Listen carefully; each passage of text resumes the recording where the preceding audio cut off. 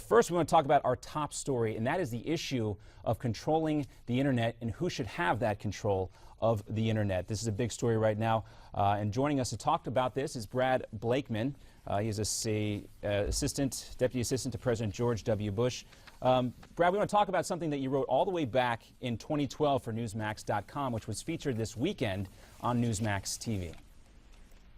Yeah, I mean, this is a decision that was percolating back in 2010, and Newsmax jumped right on it. I gave a factual account of what the president was going to do, and sure enough, now in 2014, safely reelected, our internationalist president is seeking to give our most important and precious asset, the internet, to basically international control.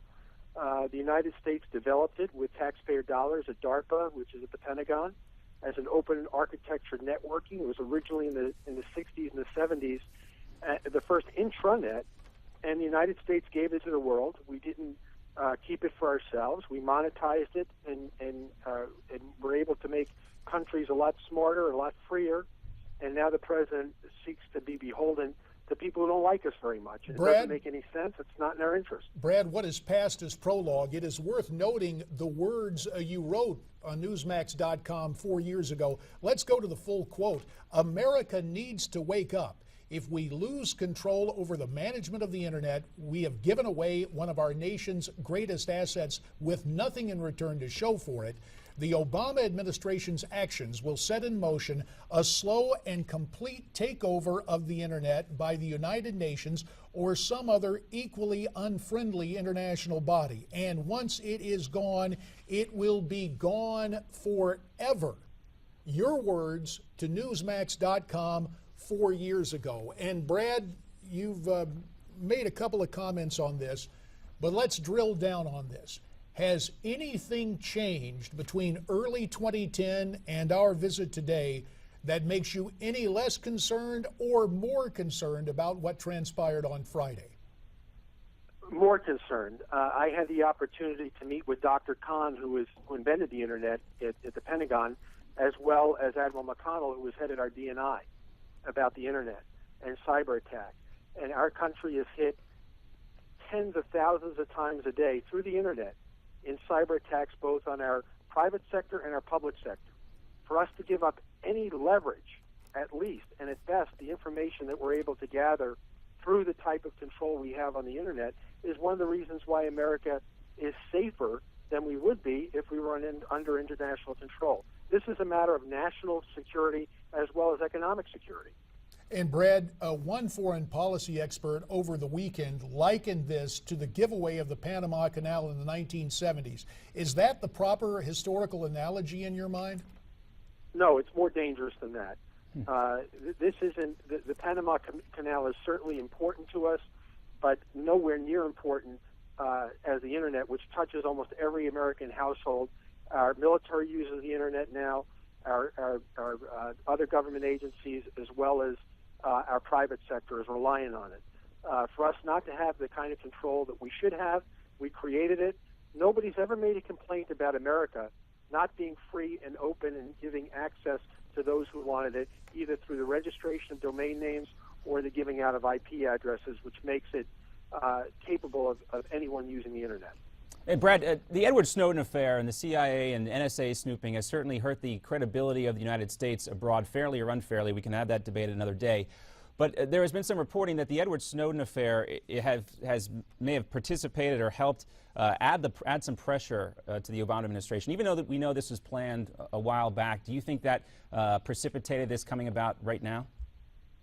Could have, but the fact of the matter is the president has been on an appeasement and apology towards the international community since he's been our president. So this is a natural pattern of his foreign policy behavior. It's destructive to America. There's no reason for it. There's never been a single complaint that I know of anybody complaining that the United States has restricted access. Quite the contrary.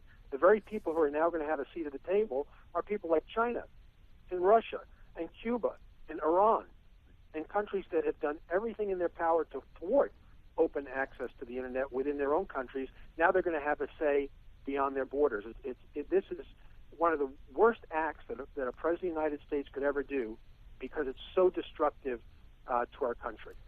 Obviously, there are national security implications, but what about financially for the American people? Does this open the door to some sort of UN-sponsored internet tax internationally? Absolutely. They could set rates. We give out the IP addresses and the domain names for relatively small amounts of money, which are then passed on to the consumer through programs they have through their internet providers. But that's why the internet is so pervasive, is because the cost of it is so low. And now we're going to be beholden to an international body who's going to start determining rates, or worse yet, access to the internet. Who gets a domain name? Who gets an IP number? But Brad, there are people who are supporting this idea, and one of them being Democratic Senator Jay Rockefeller. Let's get to a statement that he made. Rockefeller, I'm quoting him here, is that this is the beginning of a process of transferring additional domain name functions to ICANN. It's the next phase in this transition. The move is consistent with other efforts the U.S. and our allies are making to promote free and open internet and to preserve the advance in the current multicultural stakeholder model of global internet governance. What do you think about Jay Rockefeller and guys like that who are supporting this move? I think it's nonsense. I think that it's almost treasonous to give up such a valuable asset to America that's also primarily in our national security interest. Brad Blakeman, we appreciate you sounding the alarm and joining us this morning. And obviously, we want you to weigh in at home while you can still use the internet. Go to social media. You can tweet us your comments at Newsmax TV, #America's Forum. There is more to come here with us on this busy St. Patrick's Day. Please stay tuned.